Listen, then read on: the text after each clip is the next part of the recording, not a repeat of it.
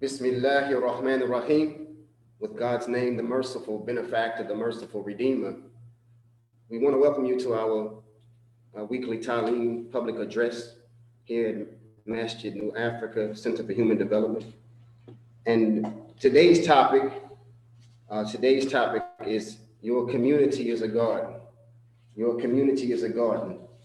And our theme is connecting our faith to reality, or connecting our faith to our reality. Connecting our faith to our reality.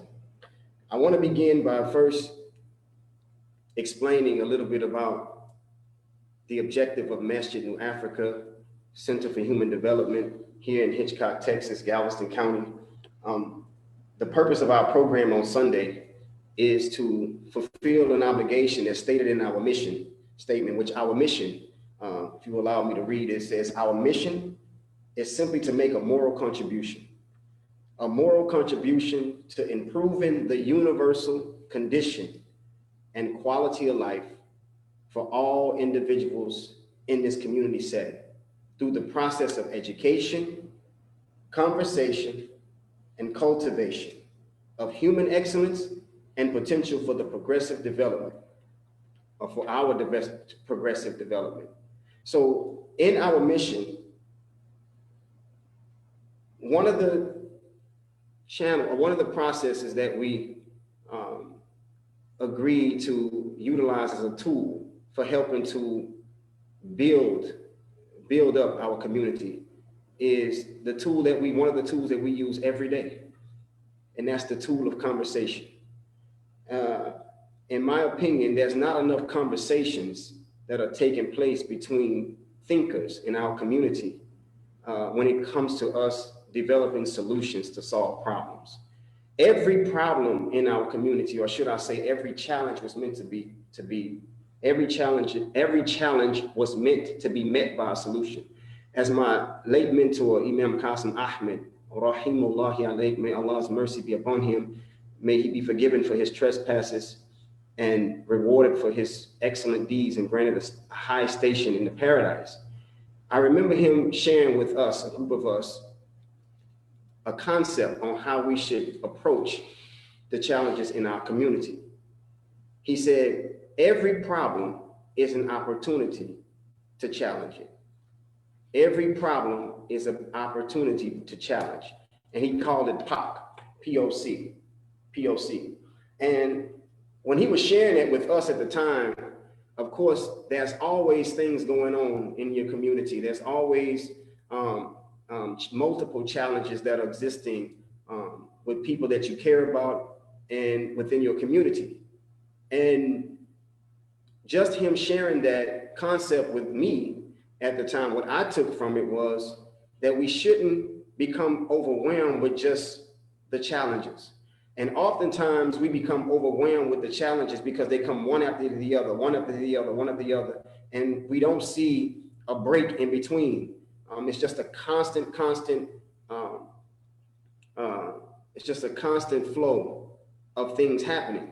But that concept that he shared with us, it made me realize that every problem is an opportunity for us to challenge that problem, meaning that as thinking individuals, we have the ability to come up with a way, or to sit down and develop a way for us to challenge the problems. And the first method to doing so is for us to come to the realization of a conversation. There has to be a conversation that takes place between thinking individuals for us to arrive at a solution. Now, your community is a garden. And this is a theme that I have held on to and connected myself with for several years now. In understanding something, dear family, I see us as a people living in the community no different from I see a garden that has been established in my backyard or in your backyard. A garden that is lined up with rows of produce that is given the utmost care and concern because you want to see or we long to see the benefit of the produce or that which is being planted, produced. And a garden is a place, a worker, someone who works in a garden takes special care and concern when it comes to developing that garden, to get the produce, to see the final, the effect of what you have planted, to want to see it blossom and grow so that it can be picked and ripe and utilized for the benefit of nutrition, etc. The community is the same way, except for the people in the community or the fruit that is planted, or the people in the community or the vegetables that are planted. And we are all placed in a particular environment, and within the confines of that environment, it's the things that we come in contact with that either contributes to our growth and development, or it contributes to our inability to grow and develop properly. Meaning that we're looking for the best situation to put people in so that they can develop the untapped human potential that is in them. You know, let me say this, and let me be very blunt about how I'm expressing this to you. Each and every one of us have a purpose that wasn't assigned to us by our parents. It was assigned to us by our Creator. And I can assure you that each and every one of us has been created, birthed, and developed to do something that no one else can do except you. Now, what that is up for you to discover what it is. And when I say something to do, I don't mean to become a nuisance or to become a liability to your community. No, every last one of us has some hidden property in the potential that our Creator has given us to do a work that no one else can do except you. Now, I want you to just marinate on that, because there's not enough influence in the world that's helping us to understand how special we are as individuals. There's not enough invitations coming to us or being presented before us to let us know how special we are as individuals. And that's one thing.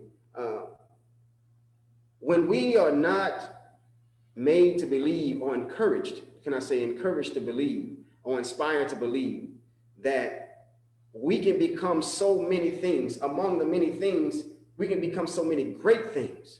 You know, we had the pleasure this weekend of visiting some special friends of ours in New York City. Myself and my good brother, Lee Clark, and he and I took our sons to visit a mutual friend, and he was giving us some advice that was so valuable, not just us, but to our sons. Actually, he was talking to our sons, and he talked about achieving the level of greatness. And he gave us his perspective on what does it take to achieve a level of greatness. Now, it's one thing to want to achieve. You can want to achieve and you can want to be mediocre in your achievement. But if you say, I want to achieve a level of greatness, and this greatness don't necessarily have to be in a particular trade or skill. Just let's say I want to achieve a level of greatness to be human, right? Minus all the mistakes and stuff that you know you're going to experience. Don't worry about that. But just the fact that you want to achieve a level of greatness, he said there's two things that you have to be willing to do. Two things that you have to be willing to do to achieve a level of greatness. One of them is you have to be willing to die to get there. Meaning you have to push yourself to a situation that puts you closer to death. Meaning that the striving that it takes to get to where you want to be has to put you in a situation, meaning that there is no comfortable feeling in trying to achieve greatness. There has to be unnecessary struggle. There has to be an undying commitment coming from you to get to this place and this point. He said, that's one thing. The second thing is you have to wake up and you have to find something to be angry enough. It has to make you angry enough. It has to make you so upset to where it makes you want to push yourself towards that near-death experience so that you can achieve this greatness. I thought this was some excellent advice for us to understand, not just about the game of basketball, but about life. What do we wake up in the morning that makes us so upset with the condition of our community or our neighborhood that makes us say, I want to strive with everything I have to achieve greatness or to contribute to the greatness that can come from my particular community or from myself? This effort that has to come from us, look, newsflash, family, newsflash. Listen to me very closely. There is no one coming to save us from ourselves but ourselves. The minute that we embrace this idea and stop looking for something else to come into our situation and save us from our own situation, we'll be a much better off people. This is what will open the door for us to become independent thinkers and not depend on somebody else to make our situation better other than ourselves.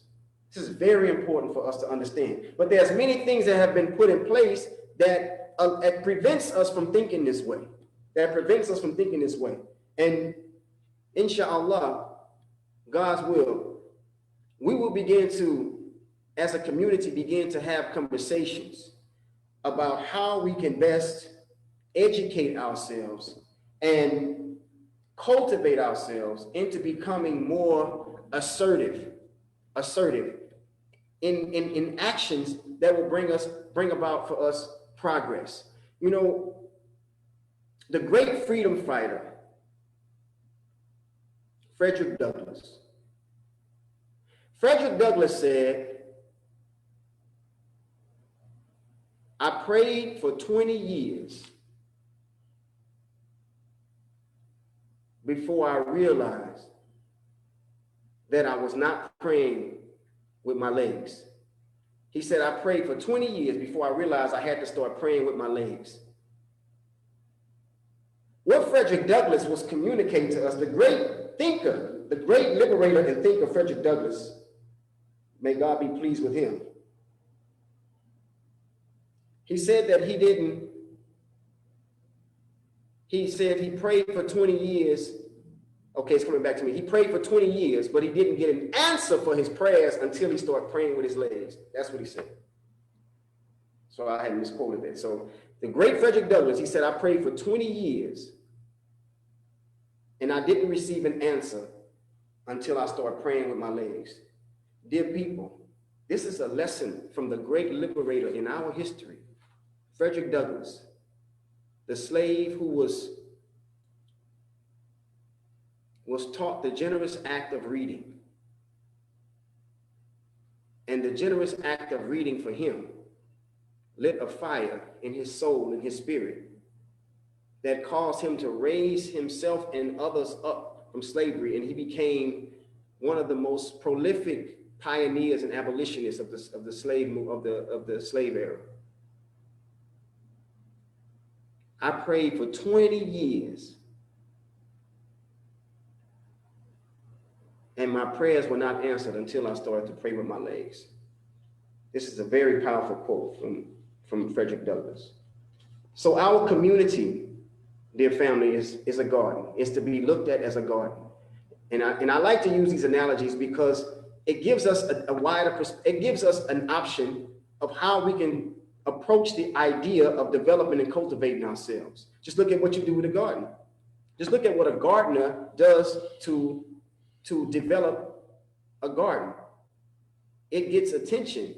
It gets specific and intentional attention.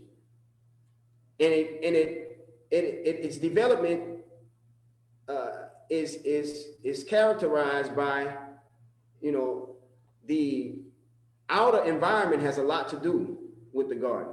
So there's certain attention that has to be given to it based on the elements of the environment. Same thing with the human being. And with the human being, one of the places that we're going to start at with developing the environmental conditions of the human being is language. Language plays a huge part in our character development. So we have three developments. So we have three parts of the human being. Let me say it like this. Within the context of this garden that has to be developed. There's three parts of the human being. You may have been told or may not have understood this idea of the human being, but there's three parts of the human being. If you allow me. The human being develops on three levels. First of all, when you look at the word human being, if I asked you, how many words is this? Most likely you would tell me it's one word. This is one word, brother. Human being. But I want to enlighten you on something about this word, because I want you to understand something and don't ever forget it. I want you to understand something about words. Words make people. Words make people. The psychology of the human being is comprised of words. And words is what we use to think with. So when you look at the word human being is not just one word. It's actually three words in one. You have hue, which hue implies the physical aspect of the human being. You have man, which is mind. Whether it's a woman, a man, male or female, the human being was created with the mind. And until we start accessing the properties of the mind, we're not even moving in the direction of the human being that God created. So man means mind. And the mind represents the mental faculty or capacity, the cognition, the ability to think, reason in the human being. And last but not least, being is the unseen property of the spirit that is in us. And we know from the context of scripture, Bible and Quran, that this spirit is something that God, when he fashioned the man wasn't ready. He wasn't ready. He wasn't ready until God said he breathed in him, right? The ruh. In the Quran, it says the ruh. But in the biblical, it says the spirit. We breathe in him something about spirit, and then he became a living and thinking being, right? So this spirit or the being becomes the spiritual aspect or property of the human being. So I took this one word that you thought was one word, but in it was hidden three concepts, right? And in the three concepts, you have the physical, mental, and spiritual property of the human being. So you have three levels of development that you have to cultivate, right? The physical level, we all know the physical level, and most of us are entrapped or tricked into thinking that the physical level is the best part of who we are. Right? How much time you spend in the mirror making sure the waves is tight, you know? How much time you spend in the mirror making sure you got that straight long wave you have, sisters? How much time do we spend in the mirror, brothers, making sure our beard, our goatee is tight, you know, our shoulders, you know, the workout that we're doing is getting the right effects from it. How much time do we focus on our physical development? A whole lot. Why? Because we've been made to believe that this is the best part of us. But in natural essence, this physical hue also means color. So this is all tied into the physical development or the physical aspect of the human being. That's a part, but not the most important part. It's a part, but not the most important part. So then you have man, which man means mind, your ability to think. This is what separates you from everything else in creation, your intellectual ability, the ability for you to absorb knowledge, and for you to respond to knowledge. And not to say that animals are intelligent, yeah, they're intelligent. Let's take okay, they say the beaver, right? A beaver, right? The beaver, they say the beaver builds a house. He takes twigs and he builds a house, right? But the beaver don't have no tile in his house. He ain't got no sheetrock on the wall in his house. He ain't got no air conditioning right here. He has the ability to build a house to shield himself from the elements, but the man with his mind has the ability to make the house more befitting and comfort beyond just log cabin, right? You see how we evolved from building houses with twigs and branches. Yeah, the primitive man, okay, just took some bushes, tied some bamboo together. Look how we have evolved with our mind, but yet the beaver is still taking twigs and building houses. This goes to show you that the human being's mind is way more advanced than that in the animal creation of animals. So you look at the man, meaning mind, this mental capacity in the human being, this has to be developed. How do you develop that? You know, in the Quran, in Islam, you would think that the first verse revealed to Muhammad the Prophet, peace be upon him, the first verse that came to him in the Quran, it wasn't God is great. It wasn't worship God. It wasn't even there is no God except God, right? It wasn't even that. The first verse revealed to Muhammad the Prophet in the Quran was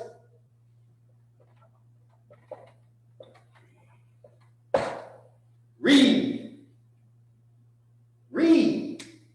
Why read? And this is not just a reading when you pick up a book and you start reading. This is your ability to read the creation with the intellect that God has given you. You think when Adam came here, Adam was created and he was given intelligence and he was placed in the earth and that was his habitat? Right away, he began to read the earth. He saw a bear with fur and said, I need to get that on my back in order to cover me, right? In order to shield me from the elements of the environment. So man is naturally inclined to read the environment, and this mental development, this natural ability for us to develop our mental capacity is necessary for us to develop into the full potential of the human being that we ought to be. Now, that's not the end of it, though. You have the physical development and the mental development, but then there's a spiritual development. Now, this one right here is the most important part of our development. Spiritual. The spirit in the man is the most important part of our development. Why? Because this is the development. Remember, this is the property that God gave us. Remember, your physical statue was produced from the earth, right? Right? You were produced from the earth. It's things that you acquired from the earth that made you develop physically. And it's things that you acquire from the environment of the individual, the community that you're around, that develops your mentality. Mentality that's developed by that. But this spiritual thing, this is the only connection that you have with your Lord. This is the connection. You ain't connect. You facilitate your connection with your mental capacity. You can facilitate your connection with your physical capacity, right? Through prayer, through good works, and all these things here. But the real connection is through your spiritual development. So through your spiritual development is where we acquire the disposition. And what I mean by disposition, meaning, we have to understand some very complex, they're simple in theory, but complex in how it affects us. Simple in theory, but complex in the way that it affects us. There's a certain type of movement in us called emotionalism, right? Emotionalism. Emotions, which are often, we can place the emotions in the context of the spiritual development, right?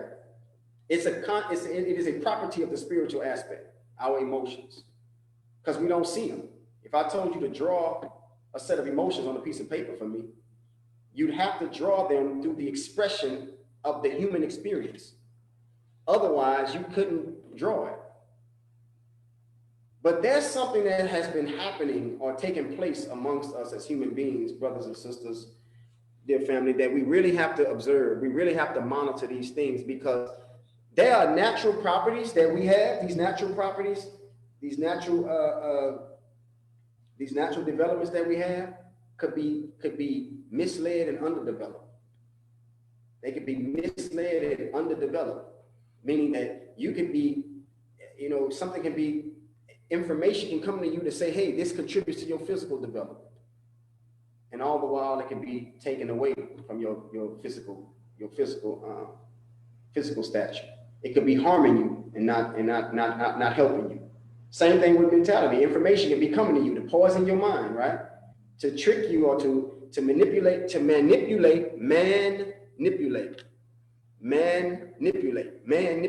mind, right?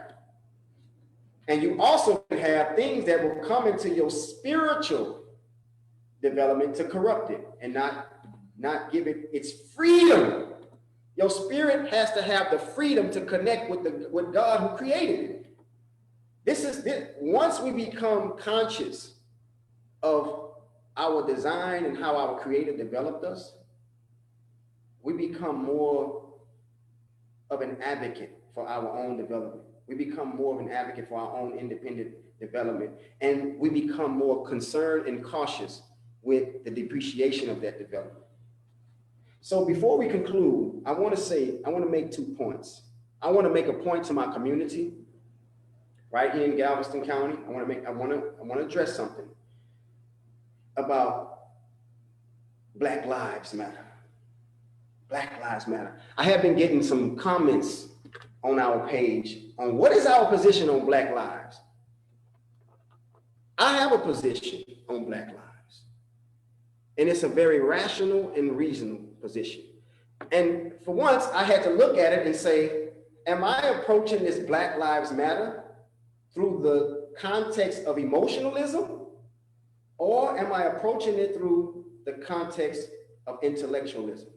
Am I being rational about it? And when you understand something about language, words, when it's put out there in the public, they carry their own context with it, and you don't know what it is. It's just like if you're having a conversation with somebody, right? Let's say you're texting somebody, and the person you texting all of a sudden start texting in all caps. You are right away, you said, they upset, they mad at me. Why are they going off? Why are they hollering? But you don't know that they're hollering. They just changed the font in the character. And it's been implied to mean that they're upset with you. So when language comes across, how you perceive the language, and this is the trickery of how your mind can be manipulated. Manipulated.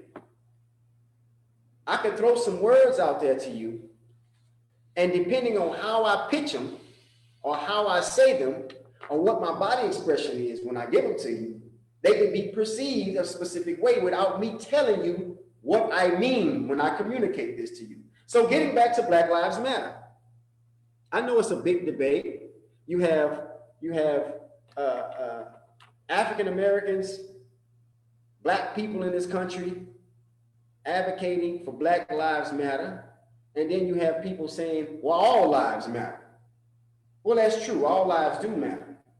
But if there shows a disparity between one set of lives, meaning one ethnic group within the context of all those lives, if one set of lives is being disproportionately targeted, and we all know how to add and subtract, right? If we see a significant subtraction in one set of ethnic lives, then obviously all lives don't matter, because all lives are not pushing for the significant targeting of the lives that are being subtracted from the human condition or from the human family.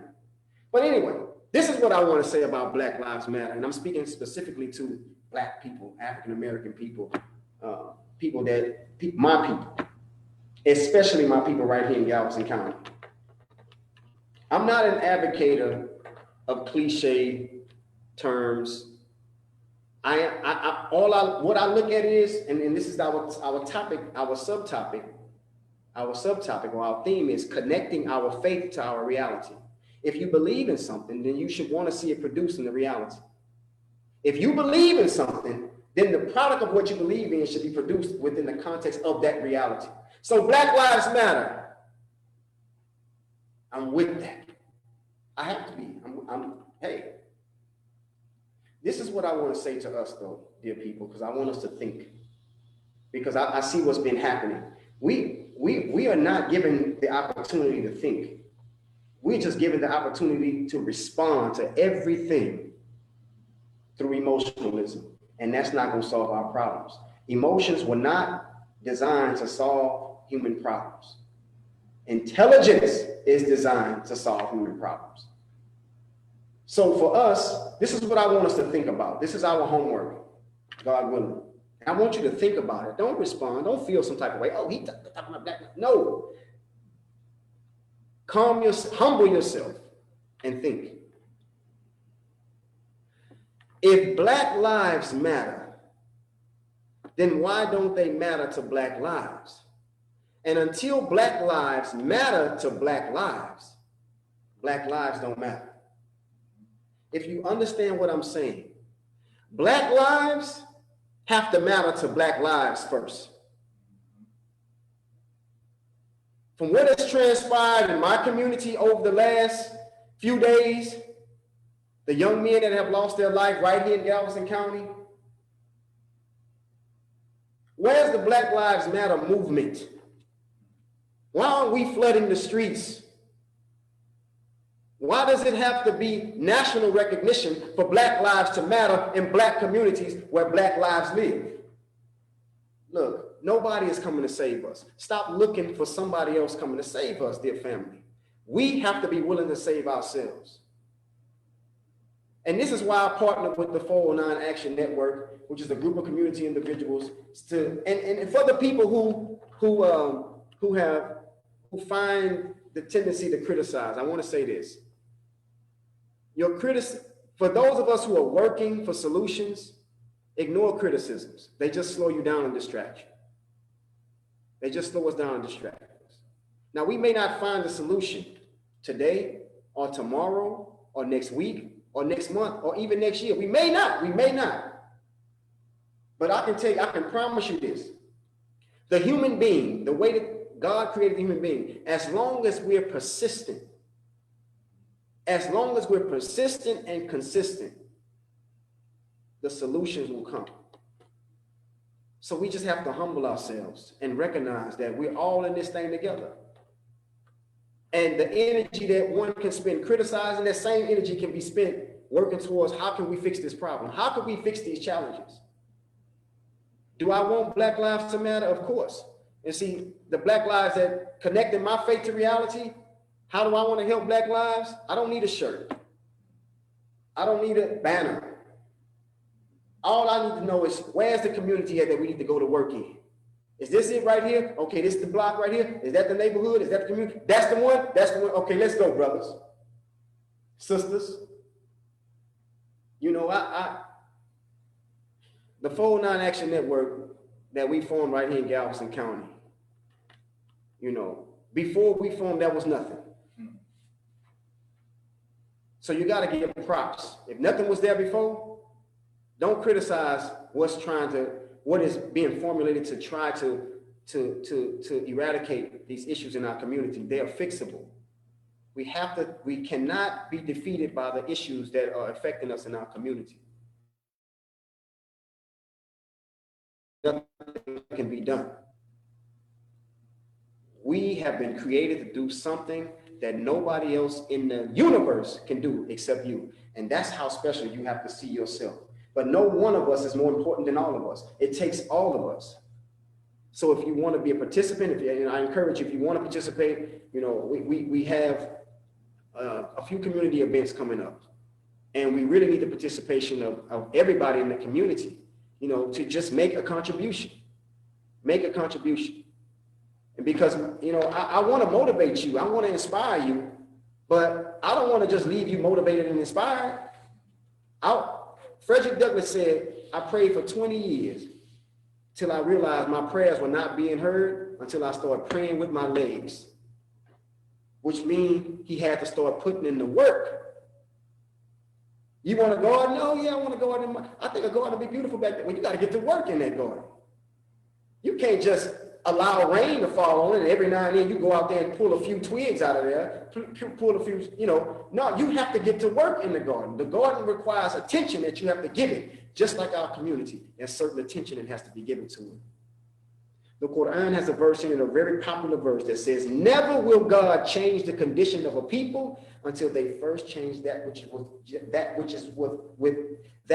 is within themselves.